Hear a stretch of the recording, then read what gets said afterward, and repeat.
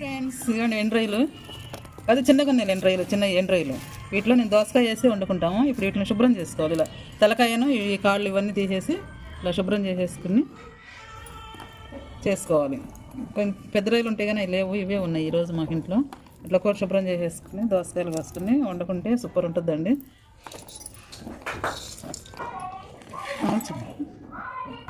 ఇవి వలుసుకున్న రొయ్యలు వాటి తలకాయలు ఇట్లా వేరు చేసేసుకోవాలి. వేటుకాయ వేరు చేసి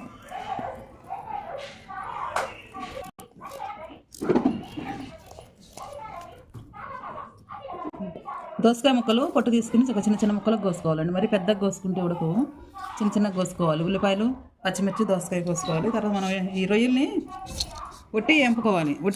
ఒట్టి ఏంపేస్తే మనకి ఇసుకుంటే రాగిలో పెట్టుకుని ఫస్ట్ వట్టి రొయ్యలు ఇలా ఏంపేసుకున్నామంటే లైట్గా దాంట్లో ఉన్న ఇసుకంతా రాగిపోతుంది. మనకి కూర కష్టం దాంట్లో బాగుంటుంది. తర్వాత మనం నూనెలో వేసుకోవచ్చు.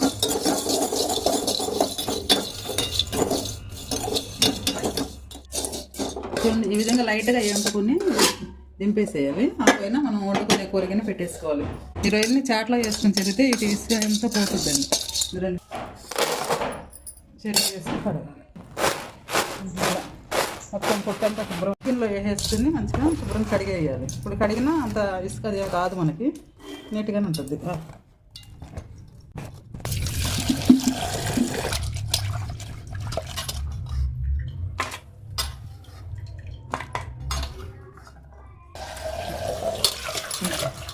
ఈ విధంగా 2 సార్లు కడుక్కుంటే చాలా శుభ్రం అయిపోద్ది. ఈ రొయ్యలు చలికాలం తింటే మంచిది, అంటే రొయ్యలు వేడి కదా, చల్లగా ఉంది కాబట్టి ఎండు రొయ్యలు తింటాం మంచిది. దోసకాయ కూరలు వేసుకుని చాలా రుచిగా ఉంటుంది, బాగుంటుంది. పిల్లలు కూడా ఇష్టంగా తింటారు. ఒట్టి దోసకాయ కూర వండినా కానీ వాళ్ళకి అంత ఇంట్రెస్ట్ ఉంటుంది. అప్పుడప్పుడు కొంచెం ఇలా వెరైటీలు చేసి పెడతా ఉంటే పిల్లలకి మంచిది. అంటే ఎండాకాలం అంటే వేడి చేస్తుంది, చలికాలం, వర్షాకాలం ఇలా తినొచ్చు.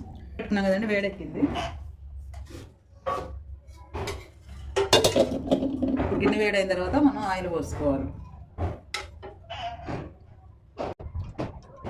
అంతకంటే మామూలుగా పోసుకోవచ్చు ఆయిల్. కొంచెం మనం రొయ్యలు వేస్తున్నాం కాబట్టి కొంచెం ఎక్కువగా పోసుకోవాలి.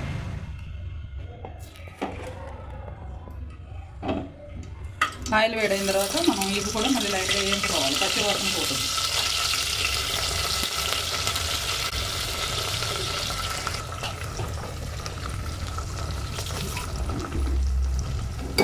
కొంచెం చెగ తగ్గించి లైట్గా వేపుకోవాలి. మరీ హైలో పెట్టేస్తే మాడిపోతాయి. పాపం అట్లకే చిన్న చిన్న రైలు కదా, బాగా వేయకూడదు, లైట్గా వేపుకోవాలి. ఇందా ఒకసారి వేపేస్తాం కదా పచ్చివి, ఇప్పుడు మళ్ళీ కొంచెం లైట్గా వేపుకుంటే పచ్చి వాసన పోతుంది, అప్పుడు బాగుంటుంది.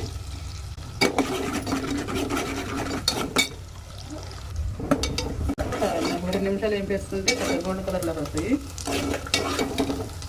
చూడండి, ఇట్లా తీసేయచ్చు. ఇక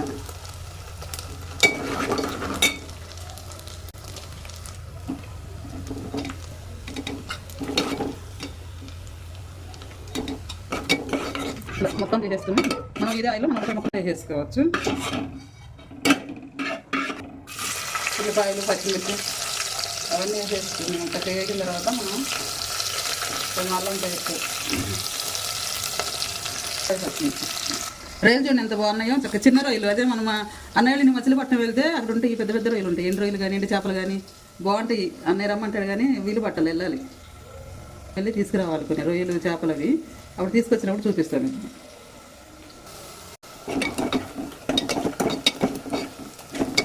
పచ్చిమిర్చి, ఉల్లిగడ్డ వేగిపోయిందండి. ఇలా వేగిన తర్వాత మనం అల్లం పేస్ట్ వేసుకోవాలి. కొంచెం అల్లం పేస్ట్ ఎప్పుడు నేను రెడీగా అల్లం పేస్ట్ పెట్టుకుని ఉంచుకుంటానండి కూరలోకి. ప్రతిరోజు కూరలు అన్ని కూరలో వేసుకుంటాం. కొంచెమైనా కానీ ఆమ్లెట్ వేసినా కానీ ఇది అల్లం పేస్ట్ వేస్తే కొంచెం మంచిది పిల్లలకైనా. అల్లం మంచిది, పాతం చేసిన పిల్లలకి. ఈ అల్లం కూరలో అల్లం ఉంటుంది కాబట్టి పిల్లలకి ఏం తిన్నా కానీ ఏం కాదు.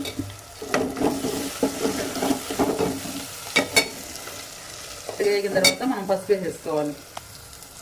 పసుపు కూడా పసుపు కొమ్మలు తెచ్చుకుని పట్టించుకుంటాము. కొంచెం పసుపు వేసుకుని అయినాక మనం దోసకాయ ముక్కలు వేసుకోవాలి. అయిపోయిందండి. ఇప్పుడు దోసకాయ ముక్కలు వేసేస్తాం. ఈ దోసకాయ ముక్కలు కూడా వేసి కొద్దిసేపు మగ్గిన తర్వాత మనం కొన్ని టమాటాలు కూడా వేసుకుంటే, టమాటా కూడా వేస్తే కొంచెం పులుపు మంచిగా రుచిగా ఉంటుంది కూర. ఉత్తి దోసకాయలు వేసినా అంత ఇది ఉండదు, టేస్ట్ ఉండదు. ఒక 2 టమాటాలు కూడా వేసుకోవాలి.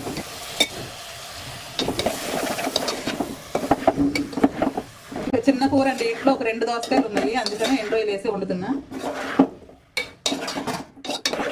వేసుకుని ఒక 2 నిమిషాలు మగ్గనిద్దాం. ఈలోపు టమాటాలు కోసుకో. ఇప్పుడు మూత తీసుకుని చూద్దామండి మగ్గినాయి లేదా. మంచిగా మగ్గిపోయినాయి. మనకు వస్తుంది టమాటా.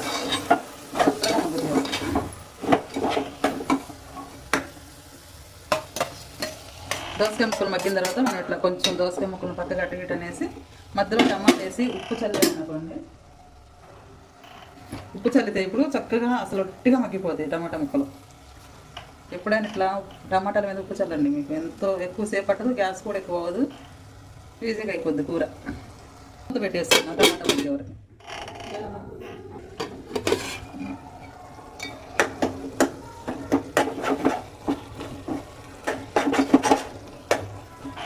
చూడండి టమాటా మంచిగా మగ్గిపోయింది. టమాటా మగ్గిపోయింది 2 నిమిషాల్లో. మనం మధ్యలో వేసి మూత పెట్టాం కదా, మగ్గిపోయింది టమాటా. దోసకాయ టమాటా ఇలా కలిపేసేసుకుని మనం కారం వేసేసుకుంటాం.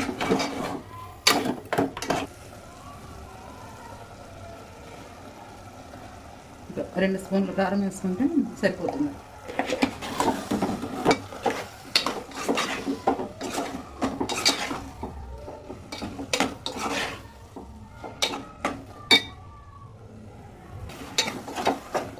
కారం వేసుకుని కొంచెం కలిపేసిన తర్వాత కొన్ని వాటర్ పోసుకుంటాను. కొన్ని వాటర్ పోసేసుకుంటే కొంచెం మనకి కూర గుజ్జు గుజ్జుగా వస్తుంది, ముక్కలు కనుక్కుండా. తర్వాత రొయ్యలు వేసుకుందాం. కొన్ని వాటర్ పోసాం కదండి, మనకి ఉడికిందో లేదో మనకు చూసుకుందాం. ఉప్పు కారం కూడా ఇప్పుడు చూసేస్తే మనకు కావాల్సి తక్కువ పడితే కొంచెం వేసుకోవచ్చు. కారం సరిపింది, కొంచెం ఉప్పు వేయాలి.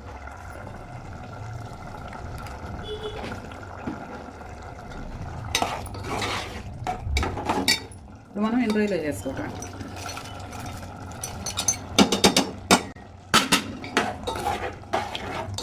దీన్ని 1 నిమిషం ఉడికిన తర్వాత కొత్తిమీర చల్లుకుంటే కూర రెడీ అయిపోయింది.